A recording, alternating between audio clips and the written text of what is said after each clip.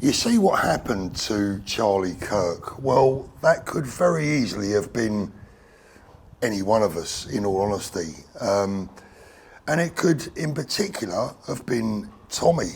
Look at the attack on him at the train station just a few weeks back. If we had guns in this country, that could have been Tommy laying on the floor with a gunshot to the neck or to the head. That's the truth of the matter. Now, consider how we got where we've got here, right? Why did that individual decide to kill Charlie Kirk? Why did that individual choose to attack Tommy? Why have people spat at me in the street? Why have people threatened me in the street? Why have people sent numerous death threats to everyone on the right side of politics on YouTube? We all get the obligatory death threats. I think I'm on about number 121 or something like that. How does this happen? How does it occur?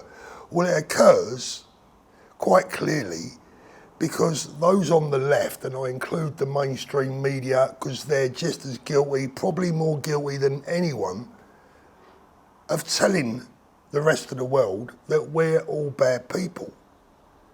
Look at the reaction to Charlie Kirk's assassination by some people. He deserved it, he asked for it. Well, he was a right winger. He was like the Ku Klux Klan. All absolute drivel.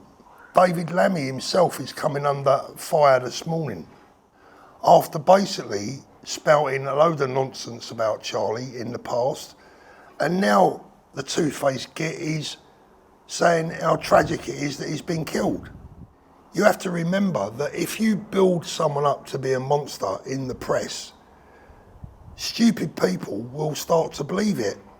And if you look at what the media have done to Tommy and the news broadcasters, the TV presenters, very well-known ones, we know they are the Camilla Tominays, the Peter Cardwells, and these are on channels that are supposed to be on our side. They've all lied about Tommy. They've all said things that are completely untrue. And they've all said things that could persuade someone who is not of sound mind to do something very nasty. These people are responsible. The media in general, now I'm not talking about any one person in particular now, but the media in general are responsible partly for the death of Charlie Kirk, and they would be responsible for the death or the attack of any single one of us on the right side on social media, because they are the ones that lie to the world about what we stand for. So we should no longer put up with this Nazi scum, the word fascist. It has to stop. It's okay to disagree. Just because someone disagrees with your opinion doesn't mean to say that it's okay to make them some kind of legitimate target for violence. And the media, the mainstream media, the BBC, ITV, Channel 4, LBC, Sky News, they are the biggest culprits of all, without a shadow of a doubt. And they are also the most dangerous culprits of all. And the reason they're the most dangerous culprits of all is because the people that are still stupid enough to watch them are stupid enough to believe them. Every single person in the United Kingdom knows who Tommy Robinson is. They all know his name. But those very same people will only know as much about Tommy Robinson as they've heard on the mainstream media, and that isn't good. They'll think he's a racist, a misogynist, an Islamophobe, a hate monger, a woman beater. If they listen to Nigel Farage, they'll think all of those things. That makes him a target for violence. Who is responsible for it? The mainstream media and their presenters. The two I've just mentioned, Camilla Tominay, Peter Cardwell, both lied viciously about Tommy Robinson on air. So did Nigel Farage. Absolutely disgusting. And then Nigel Farage has the brass neck to go on TV and say, oh, I'm so sorry about Charlie, what a lovely lad. That could have been Tommy Robinson. And whose fault would it have been? The liars out there. Give the man a platform. Stop lying about him. If you want to reveal Tommy for anything that you believe he is, the way to reveal him is to let him speak, not to lie about him. The more you lie about him, the worse it becomes for you guys. I'm not saying that Tommy is the most perfect man in the world, but what I am saying is that the media have deliberately lied about him. They've deliberately lied about everyone on the centre right of politics. They do it every single day. Look at the Daily Mail. The Daily Mail are now, oh, poor Charlie, this, it's disgusting, it's terrible, blah, blah, blah. They are the ones that have been chasing Tommy down for the last 4 or 5 years and lying through their teeth about him. They are just as guilty as anyone of raising the temperature when anyone sees Tommy on the streets. If these people haven't done their research, they instantly think that's the devil. And some people who aren't wired right could act accordingly. Political violence, blame the media, blame the mainstream media, all of them. If the cap fits, they can goddamn wear it. They are the guilty ones. They're almost as guilty as the people that perpetuate the violence. It's okay. My message to those on the left watching this now who might hate me, hate Tommy, they won't know why they hate me. They've never even probably listened to me in the past. I'm a man of peace. I'm a man of unity.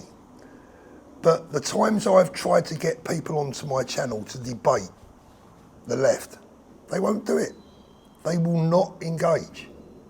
They simply will not engage. Now, when I grew up, it was okay to disagree without beating each other up, without trying to hurt each other. It was okay. These days, it seems it's not.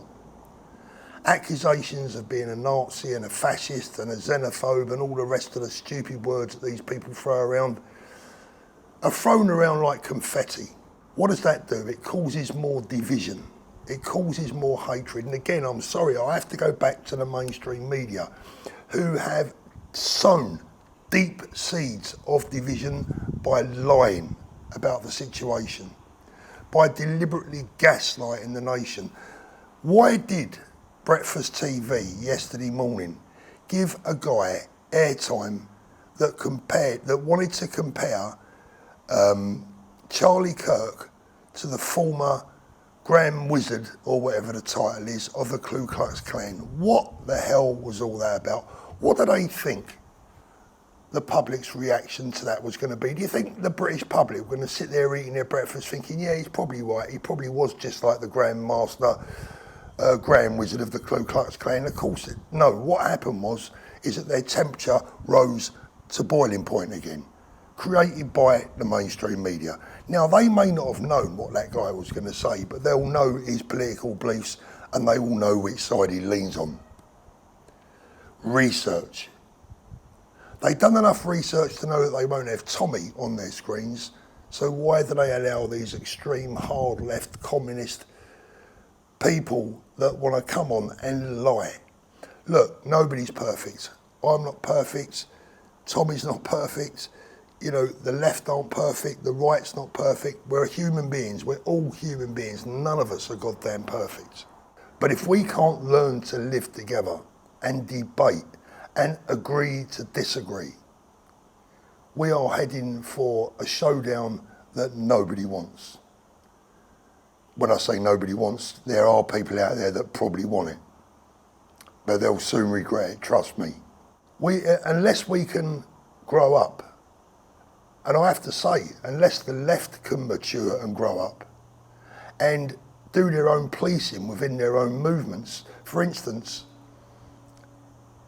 when the right does their demonstrations, they won't allow face masks. On the contrary, on the left, they're always wearing face masks, dressed in black, trying to intimidate. And unless the left start to police their own community, it's just going to get worse and worse and worse. We have to agree to be able to disagree without the use of violence. And if that can't happen, I fear for our future, all of our futures.